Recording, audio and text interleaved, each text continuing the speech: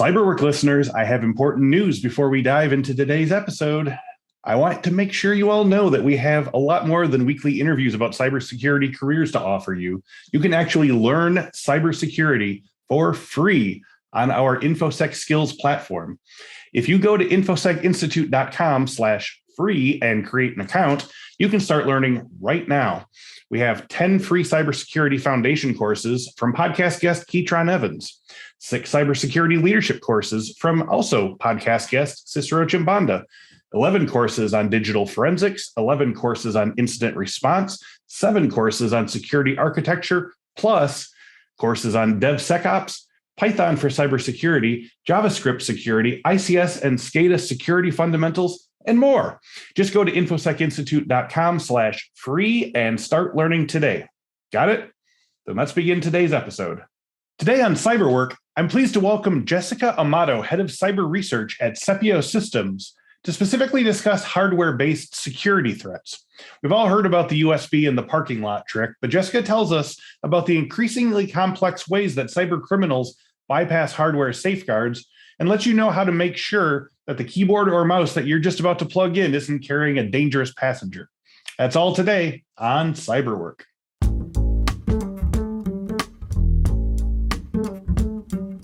Welcome to this week's episode of the Cyberwork with Infosec podcast. Each week, we talk with a different industry thought leader about cybersecurity trends, the way those trends affect the work of Infosec professionals, and offer tips for breaking in or moving up the ladder in the cybersecurity industry. Jessica Amado is the head of cyber research at Sepio Systems, where she researches and covers multiple aspects of hardware-related cyber threats. She is a Regent's University London graduate with a first-class honors in global business management with leadership and management, and holds an IDC master's in government with specialization in homeland security and counterterrorism. Jessica's extensively researched new and emerging hardware security threats, including some very intriguing and sneaky variations on the old USB in the parking lot routine. And is an all-around go-to authority on hardware threats. So let's get into it. Jessie, welcome to Cyberwork. Thanks for having me today. Very excited for the interview. Absolutely. Great to have you. So we always like to start out getting a little baseline of our guests. I want to get a sense of where you first got interested in computers and tech, and specifically where you got interested in cybersecurity. What was the initial draw? My dad's actually in cybersecurity. Oh. So I family business. Sorry? It's a family business. Yeah, exactly. So that's his career, basically. He's done that his entire life. So I think obviously that's, I'm sure, what kind of sparked the interest. And I think also just not understanding what he did for so long made me curious. I was always kind of wondering what he did. When my friends would ask, I think me not knowing made it sound super interesting, and that was kind of the appeal where it started. Yeah. But I think also just I've always kind of had an interest in politics and intelligence work and spies and all that kind of stuff. And I think now that as that's kind of it has been for a while, but even more so moving into the cyber world, it was kind of only natural to move there as well. So I'd probably say that's how it started. Yeah. Now, what age would you have been when you went from, I don't know what my dad does, to I have to figure out what it is my dad does? Honestly, only recently have I still don't really understand what he does, but I'd probably say, over the last few years. In the sense of when did you start saying like, okay, this is the thing I want for myself as well, whether it was like your teens or your 20s or? I'd probably say towards the end of my undergrad, because when I did my undergrad, I didn't know what I wanted to do yet. And I think I vividly remember being in an internship in a investment company, and I was researching Elbit systems. And I think that's kind of when it clicked that, okay, maybe I'd want to go into something in the cyber world. Okay, yeah. So we mentioned that a little bit, but based on your background, your education began in political science and international business. Are there any sort of crossovers between these two fields in your current work? You mentioned also counterterrorism, of course, and the intelligence community. So how does this all sort of these pieces come together in the stew?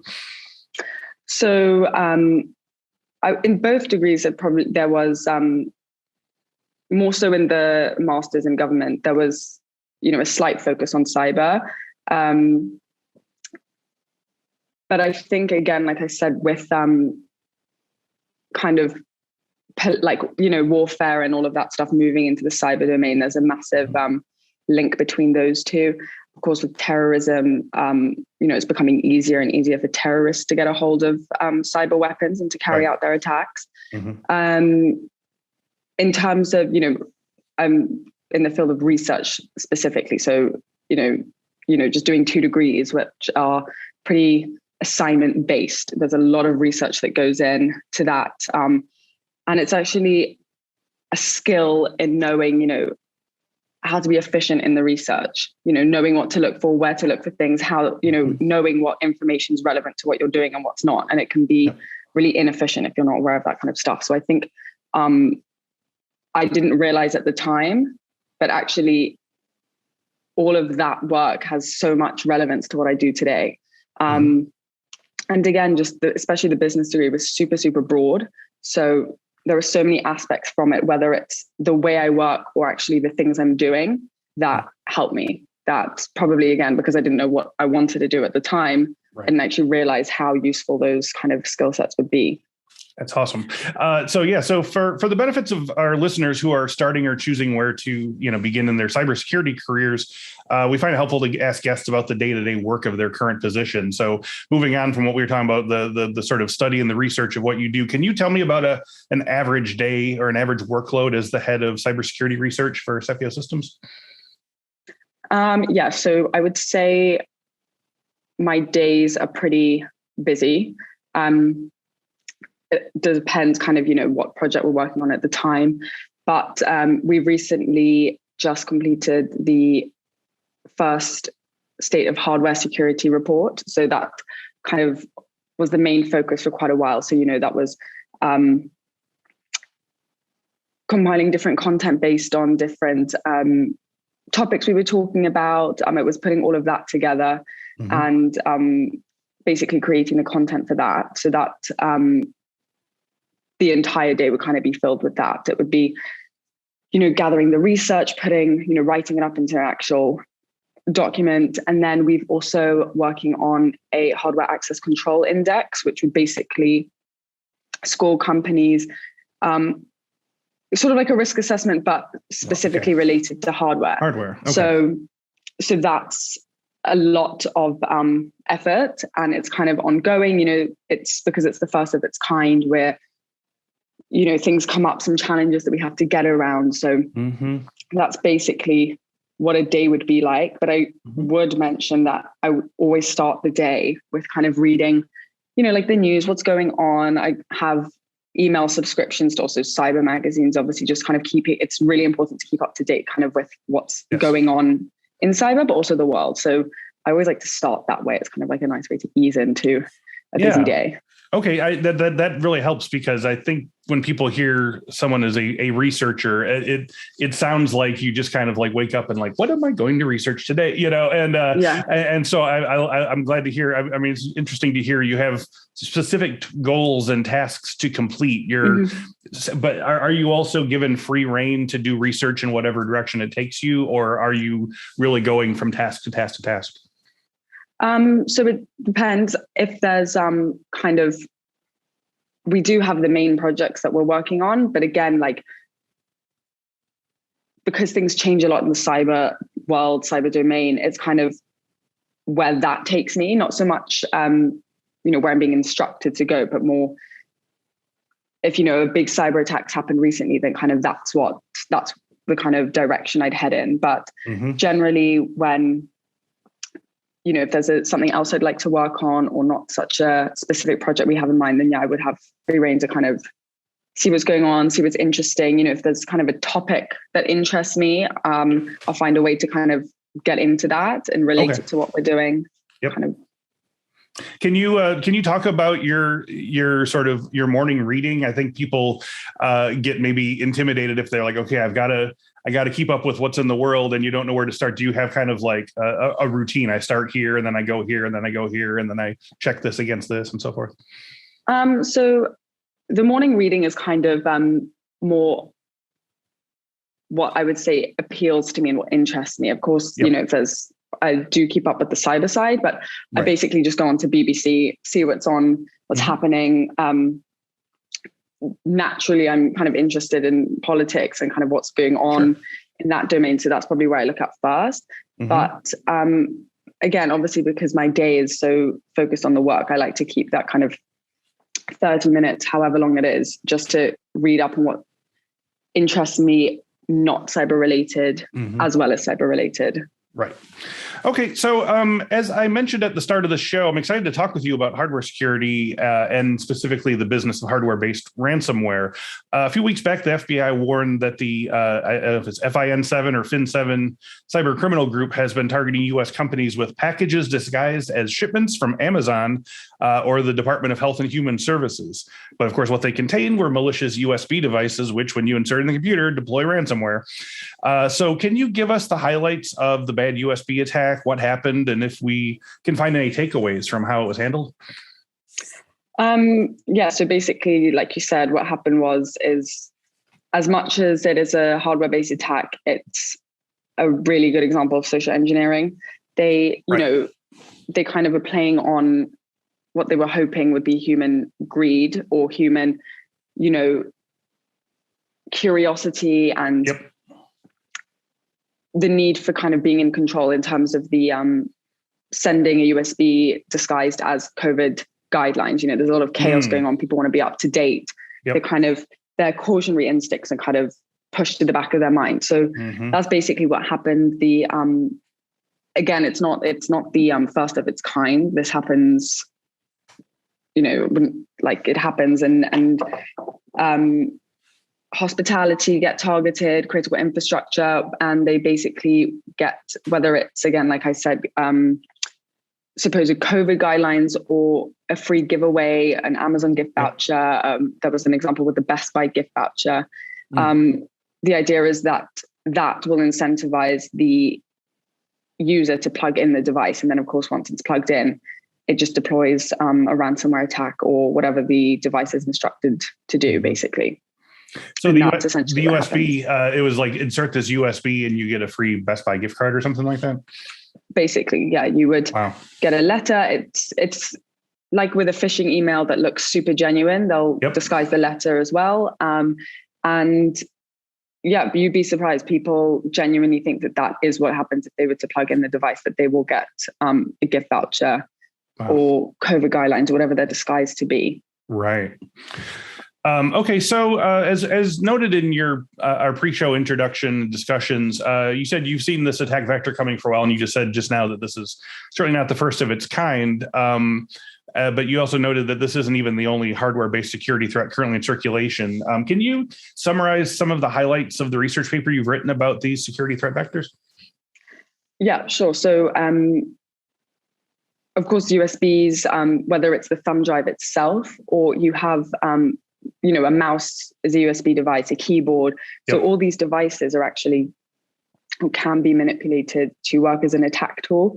So you might have an attack tool that by design, it's an attack tool, or it could be a legitimate device that's just been manipulated along the supply chain. So the supply chain is a massive risk, obviously. Yes. With a company that has hundreds of suppliers, at any point along the supply chain, someone can go in and, quickly take, if it's a keyboard, take it off the kind of supply chain, implant an attacking tool and put it back on. And then it eventually ends up, in an organization looking like a keyboard, working like a keyboard, and it's an attack tool.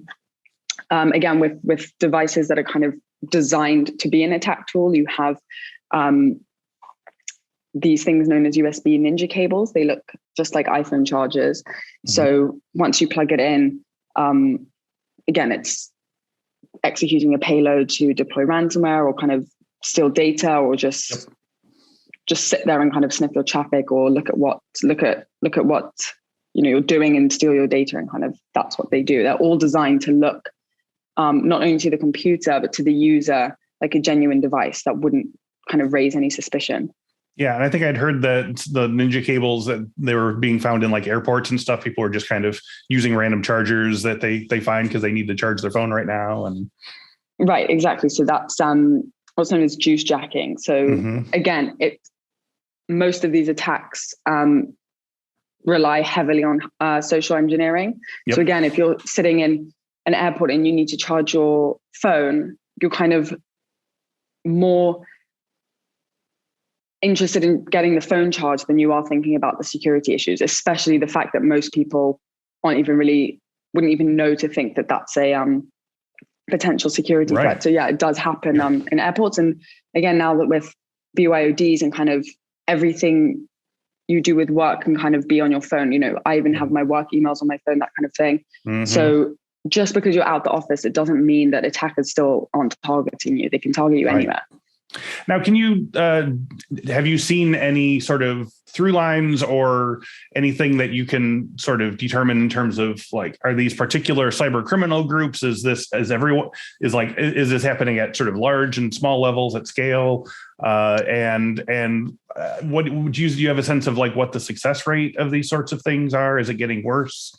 Is it going up? So attackers are always kind of, whoever they are, they're always looking to avoid detection, obviously. So because there's nothing really out there to detect these devices, it's becoming more common. There's, I think, a 37% increase in malware designed for USBs. And there's actually been a 30% increase in USB usage. So it's becoming easier for attackers to actually,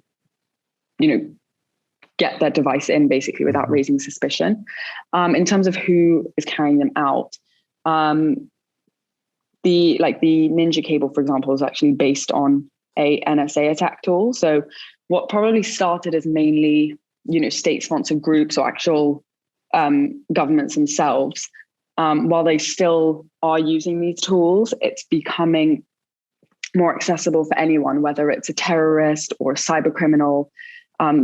The ninja cable you can buy on, AliExpress. You can buy these devices kind of online. It's pretty cheap. It's not difficult. The barrier is low, unfortunately. Right. So, for a terrorist group, instead of, the NSA attack tool was, I think, like $20,000, which maybe, a lot of terrorist groups actually do have the funds for that. But a cyber criminal, for example, just a average person doesn't have that money to spend. So now you can get these tools, some of them cost $5. So it's pretty accessible, and it basically means that anyone who wants to can carry it out. Basically, it's just a matter of getting it inside. I know that there's more protocols in a lot of business settings where, they don't accept, USB drives, or you need to get permission to use a USB on your computer and stuff. Do you have any kind of overarching suggestions in terms of from a tech side, in terms of changing industry-wide, everywhere, like changing protocols to sort of halt some of this, or is this sort of are we falling behind on this a little bit? So of course, they do. There are, practices, not allowing USBs in, blocking those ports. But again, people are still using mice and keyboards, and those are USB devices. Even over Bluetooth, it can happen. So obviously we can't avoid using keyboards, but it's more just getting them from, reputable vendors. Even then, again, there's still the risk, but, especially with working from home, kind of employees, they might want a nice home office setup, and they might buy a nice keyboard on Amazon that they think looks really nice. But, if it's coming from kind of a sketchy vendor, it's likely that they're going to have even, less security protocols in their warehouse or whatever, making it much easier for an attacker to come in and manipulate the device. Whereas if it's coming from a reputable vendor, although there's still the chance, there's a lot more security measures in place that would prevent the likelihood of this happening. So it's kind of, just making sure that, of course, companies in the actual office themselves will probably only use, well-known brand products, but they also need to make sure that their employees, working remotely, are not just buying any ARB keyboard or mouse from the first place they find, and then going for the lowest price because it'll take me 8 weeks, but it's coming from somewhere we don't know where it's coming from. Exactly, or it might light up and be neon and look cool, but you'd rather have a boring gray or black or white keyboard that's more secure.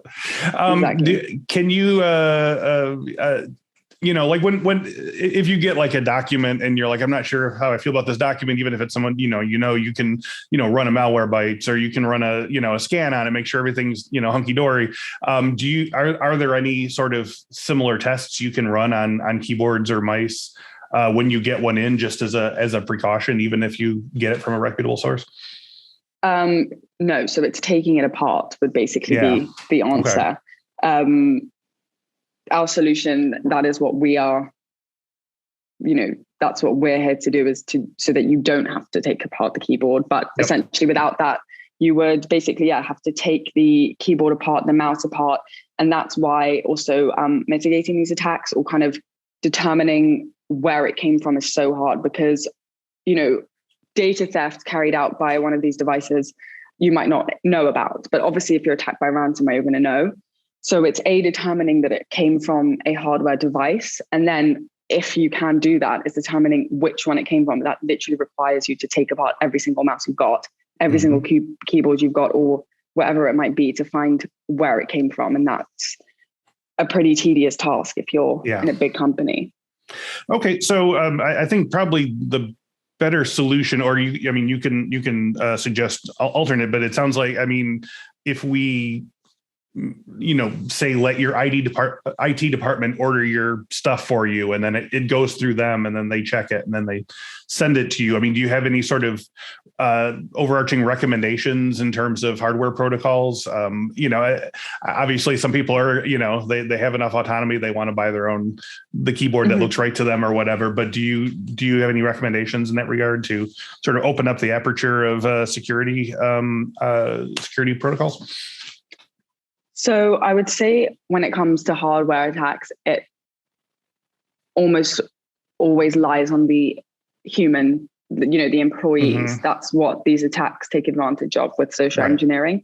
And it is very difficult to mitigate because it's hard to kind of control people, basically. So it's more about emphasizing and really kind of teaching employees about hardware risks, because again, it might be great if the company and the IT department is vetting all your devices, but if you are given, there's a free giveaway at a local coffee shop of iPhone chargers, and you take it and you go home and use it, while A, you're not using it in the organization, and B, it doesn't look like it's a risk.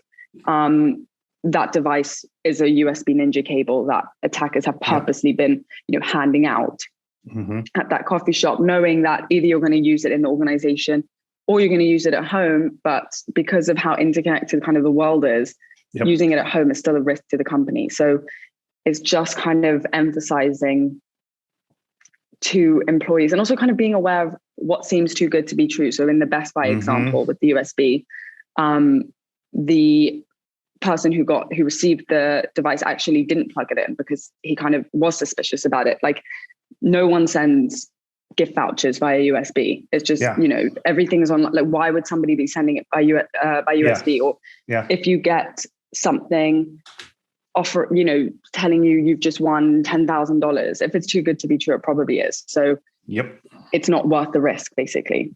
And it's just important to emphasize that. Yes. So looking to sort of the long range, where do you think practices like malware, ransomware, and other such attacks will be 5 to 10 years from now? It seems like every other guest I have on says that this will be a preventable solution due to improved protection software or subtle access safeguards or other non-human element interventions, while the other half say it's always going to be with us and only outpace our ability to stay one step ahead. But based on your research, what do you see the threat landscape looking like in the semi-distant future?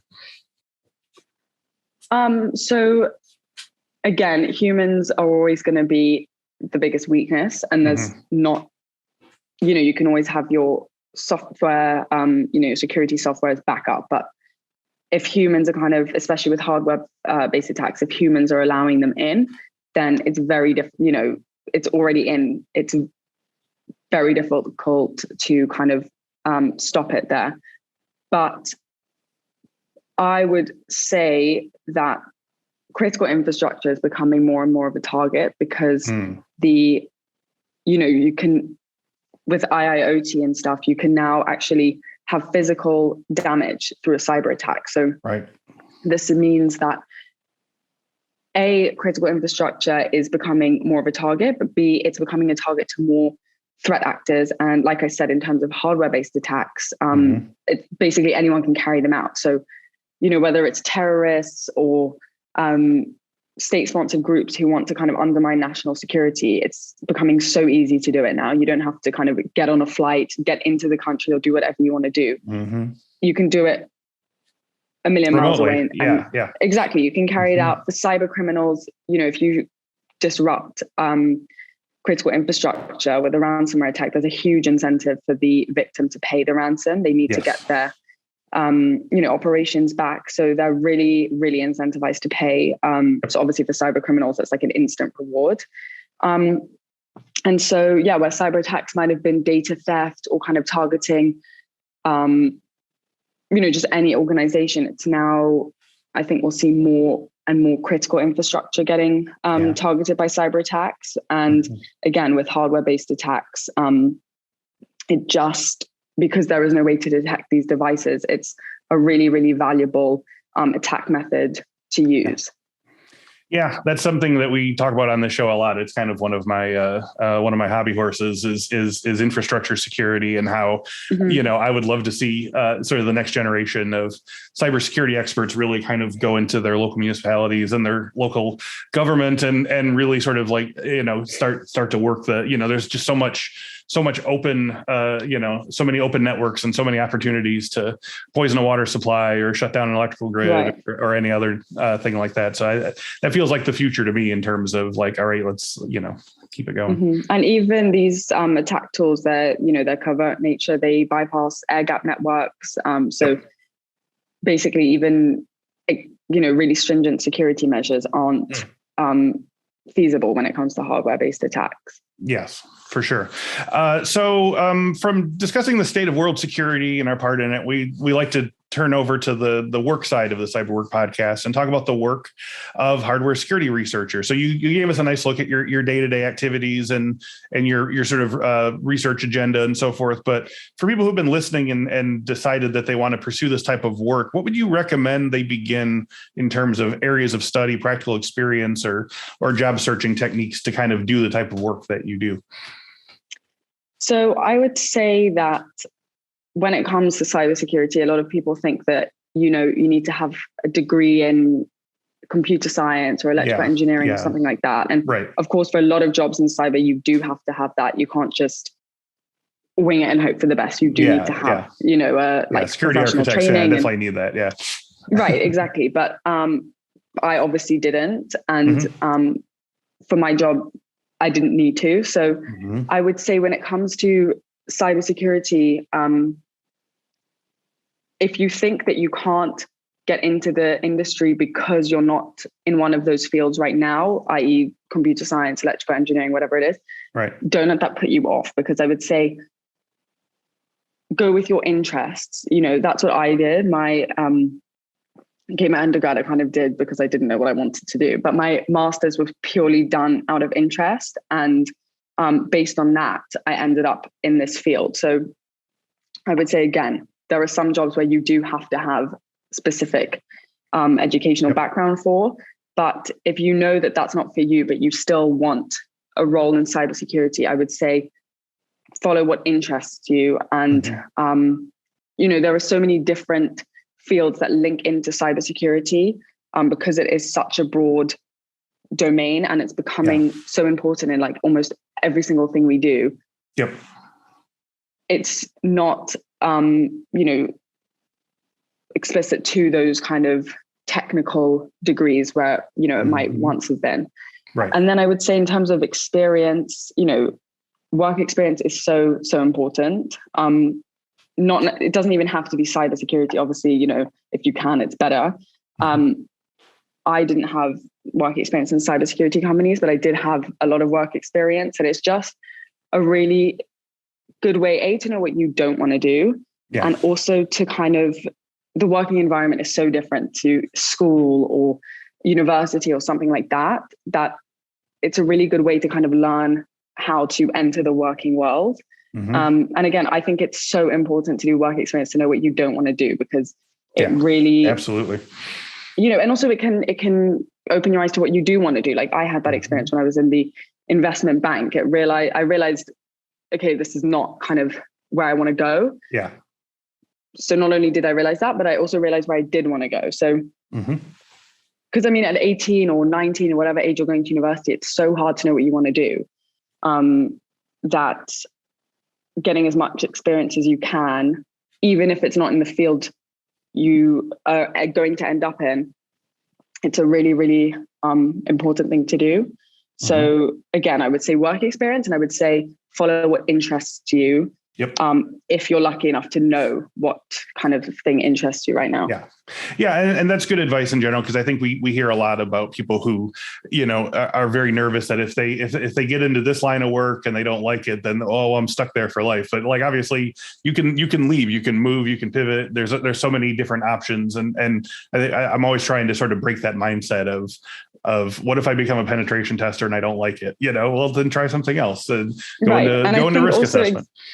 Exactly. And I think obviously that can happen at any stage, but if you do work experience before as well, you can kind of realize that a bit sooner. But again, like you said, it could happen at any stage, so.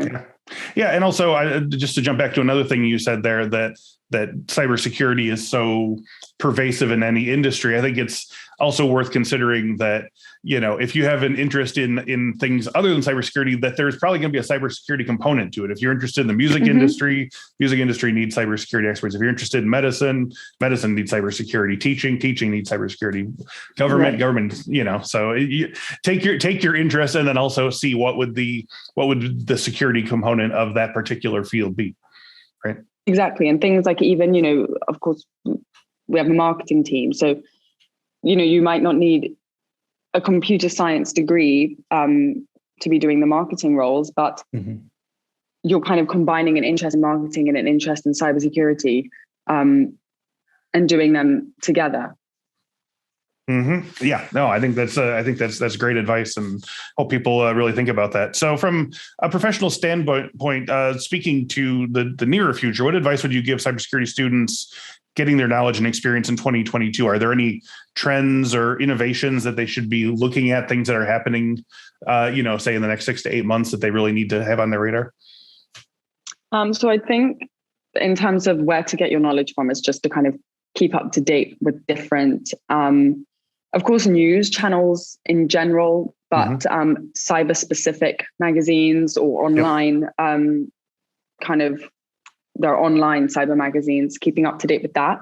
In terms of trends, like I said, I think operational technology, critical infrastructure is becoming more and more of a target, especially with IIoT and just IoT in general, as well in the medical field.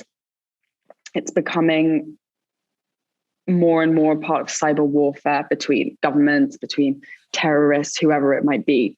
So I think, things like data theft, although it's always going to happen, and a lot of the times it actually precedes ransomware attacks, the standard kind of data theft on a bank or a healthcare organization, well, it's still going to happen, of course, and it's still a massive issue and something that people always need to kind of be aware about.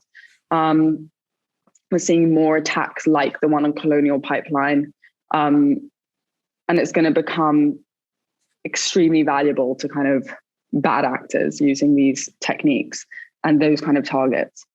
Yeah.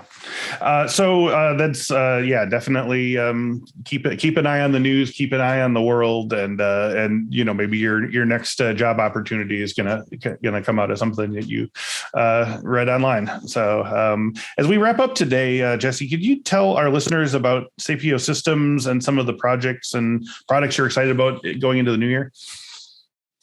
Sure. So at Sepio, we have a software solution known as Hack One, hardware access control.